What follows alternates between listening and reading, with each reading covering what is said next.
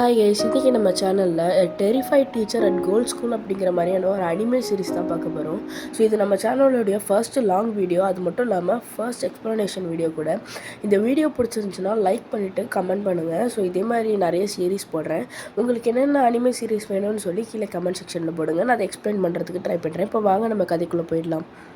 கதையோட ஸ்டார்டிங்கில் ஹயாக்கி அப்படிங்கிற மாதிரியான ஒரு ஊரை காமிக்கிறாங்க. அங்கே இருக்க ஹயாக்கி அகாடமியில் தான் நம்ம ஹீரோக்கு டீச்சராக ஜாயின் பண்ணுறதுக்கான ஜாப் ஆஃபர் கிடச்சிருக்கு. நம்ம ஹீரோட பிக்கெஸ்ட் ட்ரீமே டீச்சர் ஆகிறது தான். இதுக்கு முன்னாடி சிட்டியில் ஒர்க் பண்ணிட்டு இருந்திருப்பான். பட் அங்கே இருக்க பசங்கள்லாம் பயங்கர பொறுக்கித்தனமாக சுற்றிட்டு இருந்திருப்பாங்க. அண்ட் ஹீரோ வந்துட்டு ரொம்பவுமே பயந்த சுபாவம், ஈஸியாக யாருனாலும் ஹீரோவை புலி பண்ணிடுவாங்க. அதனால் அங்கே இருக்க பிடிக்காம இங்கே கிடச்சோடனே நம்ம ஹீரோ இங்கே ஒரு பெஸ்ட் டீச்சராக இருக்கணும்னு வந்திருக்கான். மேப்பெல்லாம் பார்த்துட்டு நான் ஊரை கண்டுபிடிச்சிட்டேன்டா அப்படின்னு சொல்லி பெருமூச்சு விடுறான். அது மட்டும் இல்லாமல் அந்த ஸ்கூலில் ட்ரெடிஷ்னல் யூனிஃபார்ம்ஸும் யூஸ் பண்ணுறாங்க. ஹீரோக்கு யூனிஃபார்ம் ரொம்ப பிடிக்கும். அது மேலே ஒரு க்ரஷுங்கிற மாதிரி கூட. அது மட்டும் இல்லாமல் இதெல்லாம் பார்த்து ஹீரோ பயங்கரமாக எக்ஸைட் ஆகிடும். அந்த ஸ்கூலுக்கும் போக அந்த ஸ்கூல் பில்டிங் பயங்கர பிரம்மாண்டமாக இருக்குது. அதெல்லாம் பார்த்து நம்ம ஹீரோக்கு ரொம்பவுமே அந்த இடம் பிடிச்சி போயிடுது.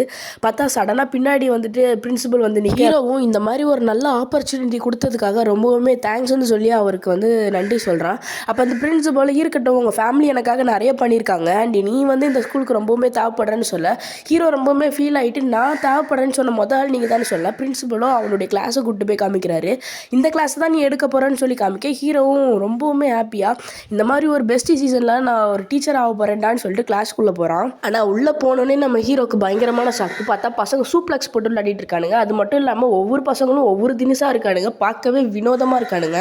இதை பார்த்த ஹீரோவும் பயந்து அடிச்சுட்டு வெளியே ஓடி வந்துட்டு பிரின்சிபலை பார்த்து என்னடா நடக்குதுங்கன்னு சொல்லி கேட்க பிரின்சிபலை பசங்க ரெஸ்லிங் விளையாடுறதுலாம் சாதாரணம் தானேன்னு சொல்ல டேய் அதை கேட்கலடா, ஒவ்வொருத்தரும் ஒவ்வொரு தினசாக இருக்கானே அது என்னடான்னு சொல்லி கேட்குறான். ஸோ அதுக்கு பிரின்சிபலோ அதை கேட்குறியா, ஜப்பானில் இருக்க எல்லா பேய்களும் இந்த அகாடமியில் தான் படிக்கும், நீ தான் முதல் ஹியூமன் வாத்தி அப்படிங்கிற மாதிரி சொல்ல நம்ம ஹீரோக்கு அள்ளு விட்டுறது அடப்போங்கடா நான் வீட்டுக்கு ஓடுறேன்னு சொல்லிட்டு நம்ம ஹீரோ வீட்டுக்கு கிளம்பி போக பிரின்சிபலுமே ஒரு பேய் தான் போல பூமிக்கடியிலலாம் பூந்து வந்து நம்ம ஹீரோவை தடுத்துட்டு இருக்காரு. நம்ம ஹீரோவும் அலறி அடிச்சோட பிரின்சிபல் அவனை பிடிச்சி இழுக்க நம்ம பிரின்சிபல் கை வந்துட்டு பேர்ன் ஆயிடுது ஹீரோ உடம்புல இருந்து வந்த ஒரு ஷீல்டுனால. அதனால ஹீரோக்குள்ளே ஏதோ ஒன்று இருக்குங்கிறத காமிக்கிறாங்க. ஆனால் பிரின்சிபல் அப்பயும் விடாமல் குச்சை வச்செல்லாம் தள்ளி நம்ம ஹீரோவை கிளாஸ்க்குள்ளே அனுப்ப ஹீரோ கிளாஸ்க்கு உள்ள போய் பயங்கரமாக பயந்துட்டு இருக்கான். பேய் அந்த டெஸ்க்கு கீழே போய் ஒளிஞ்சிக்கிறான். ஸோ பசங்களும் பார்க்குறானுங்க என்னடா இவன் கிட்டத்தட்ட 40 நிமிஷம் ஆச்சு வெளியவே வரல, செத்து போயிட்டானா நீ அவனாச்சும் போய் பாருங்கடான்னு சொல்லி கேட்க அங்கே சாணோன்னு ஒரு பையன் இருக்கான். அவனு வந்து நான் போய் பார்க்குறேன்னு சொல்லி கீழே போய் பார்க்க நம்ம ஹீரோவை பற்றி ஏன்டா இதுக்குள்ளே ஒளிஞ்சிட்டு இருக்கேன், நாங்கள் என்ன ஒன்று சாப்பிடவா போகிறோம் அப்படின்னு சொல்லி கேட்க நான் எங்கடா ஒளிஞ்சிட்டு இருக்கேன், வெளியே வரணும்னு தான் ஆசை, ஆனால் இந்த டெஸ்க்குள்ளே நல்லா மாட்டிக்கிட்டேன், கை கொடுத்து காப்பாற்றினா கொஞ்சம் புண்ணியமாக போகும்னு ஹீரோ சொல்ல சாணோவை அடப்பாவின்னு சொல்லி கை கொடுத்து காப்பாற்றுறான். அப்போ ஹீரோவோட ட்ரெஸ் எல்லாம் கிழிஞ்சு போயிடுது. அப்போ ஒரு குட்டி பையன் வந்துட்டு என்ன சொல்கிறான்னா சாணோவுக்கு வந்துட்டு இதுதான் சக்தி, அதாவது இன்னொருத்தவங்களுக்கு பேட் லக் உருவாக்குறது. மோஸ்ட்லி சாணோ இந்த பவர் யூஸ் பண்ண மாட்டான், ஆனால் ஏன் அவங்க மேலே யூஸ் பண்ணான்னு சொல்லி தெரிலன்னு சொல்லி கேட்க சாணோ என்ன சொல்கிறானே எனக்கு இன்னும் சுத்தமாக பிடிக்கல அதான் யூஸ் பண்ணேன்னு சொல்கிறான். ஸோ அது மட்டும் இல்லாமல் ஹீரோவை தூக்கி விட்ட கையை தொடச்சிட்டு இருக்க ஹீரோவை பார்த்துட்டு இப்படி பண்ணது கூட எனக்கு பெருசாக தெரியலடா, என்ன தூக்கி விட்டுன்னு நீ அந்த கையை தொடச்சிட்டு இருக்க பார்த்தியா அதாண்டா ரொம்பவுமே கஷ்டமாக இருக்குன்னு சொல்லி ஹீரோ பார்த்துட்டு இருக்கான். அப்போ கரெக்டாக அந்த இடத்துக்கு பிரின்சிபல் வந்து ஹீரோ கிட்ட 2 புக்கை வந்துட்டு கொடுக்குறாங்க. அதில் ஒரு புக்கில் இந்த மாதிரி பேய்களை பற்றி இருக்கும், ஒவ்வொருத்தருக்கு என்னென்ன கேரக்டர் அப்படின்னு சொல்லி அதில் இருக்கும். ஸோ இதே நீ யூஸ் பண்ணிக்கோ அப்படிங்கிற மாதிரி கொடுக்க இன்னொரு புக்கில் வந்து ட்ரெடிஷ்னல் யூனிஃபார்ம்ஸ் எல்லாம் இருக்கும். ஹீரோக்கு இதை பார்த்தோன்னே ரொம்பவுமே பிடிச்சி போயிடும். பிரின்சிபல் நீ ஹார்ட் ஒர்க் பண்ணனா கண்டிப்பாக இதில் இருக்க ஒரு யூனிஃபார்ம் உனக்கு கிஃப்ட் பண்ணுவேன்னு சொல்கிறாரு. உடனே ஹீரோவும் பயங்கர எக்ஸைட்மெண்ட்டோட கண்டிப்பாக நான் பண்ணுவேன்னு சொல்லிட்டு ஒரு பெருமூச்சு விட்டுட்டு கிளாஸ்க்குள்ளே போயிட்டு நான் தான் அவங்களுடைய புது டீச்சர், நான் ஒரு ஹியூமன் டீச்சர் அப்படிங்கிற மாதிரிலாம் சொல்ல அங்கே இருக்க பசங்களாம் பயங்கர வியர்டாக பார்க்குறாங்க, என்னது ஹியூமன் டீச்சரான்னு சொல்லி. இதெல்லாம் பார்த்து ஹீரோக்கும் பயமாக இருந்தாலும் ஆனால் அட்டெண்டன்ஸ் எடுக்க ஆரம்பிக்கிறான். அங்கே ஒரு பையனுக்கு மூஞ்சில் எதுவுமே இல்லாமல் இருந்திருக்கும், ஆனால் இப்போ முகம் எல்லாமே வந்துடும்.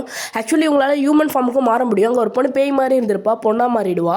இதெல்லாம் பார்த்து ஹீரோ ஆச்சரியப்பட அது மட்டும் இல்லாமல் இப்போ சாணோட நேமை கூப்பிட்றான். ஆனால் சாணோ கண்டுக்கவே மாட்டான். ஹீரோ அல்ற மாதிரி போய்ட்றான், என்னடா இவன் என்ன மதிக்கவே மாட்டான் அப்படின்னு சொல்லிட்டு அதுக்கப்புறம் இஜிடாய் அப்படிங்கிற மாதிரியான ஒரு நேமை கூப்பிட அப்போ அந்த குட்டி பையன் வந்துட்டு அவன் வந்து ஹவாய்க்கு போயிருக்கான் அவங்க அக்காவோட கல்யாணத்துக்காக. ஸோ அதனால் அவனை கண்டுக்காதீங்கன்னு சொல்ல கரெக்டாக இஜிடாய் அங்கே வந்துடுறான்.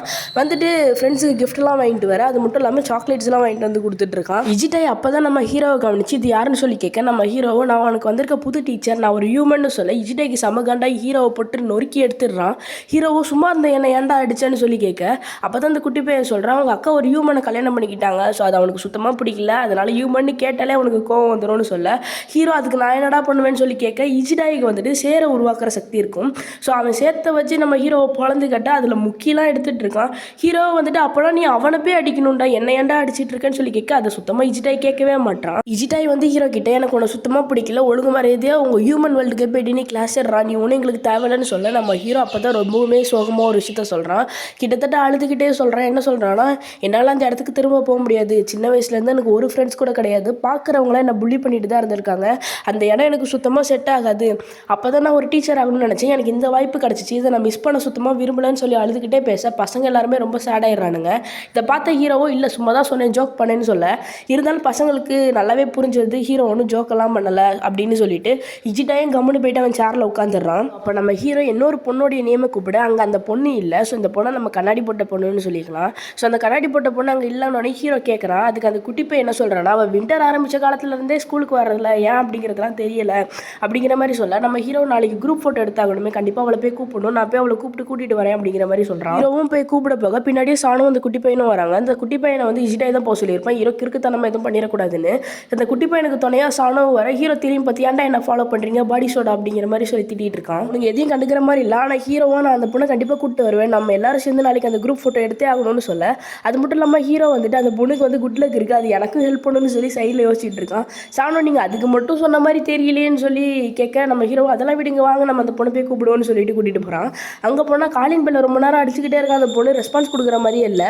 உடனே இந்த குட்டி பையன் என்ன பண்ணுறான்னா, இவனுக்கு ட்ரான்ஸ்ஃபார்ம் ஆகிற வந்து சக்தி இருக்குது, ஆக்சுவலி இவன் ஒரு ரக்குன்னு இடத்தை சேர்ந்தவன், அது மட்டும் இல்லாமல் ட்ரான்ஸ்ஃபார்மும் ஆவான். கிட்டத்தட்ட ஒரு ஸ்லைம் மாறி அந்த கீ ஹோல்டு வழியாக உள்ளே போக பார்க்குறான். பார்த்தா யூகாய் ஸ்பெல் வந்துட்டு அந்த பொண்ணு போட்டு வச்சிருக்கா, அதனால அவனால் உள்ளே போகவே முடியலை. இப்போ உள்ளேருந்து ஒரு லெட்டர் வருது, இது ஹீரோவும் பார்க்குறா. அதில் என்ன எழுதியிருக்குன்னா, இப்படியே பண்ணிட்டு இருந்தால் உன்னை ட்விட்டரில் போட்டு ட்விஸ்ட் பண்ணிடுவேன்னு சொல்லி எழுதி வச்சிருக்காரா.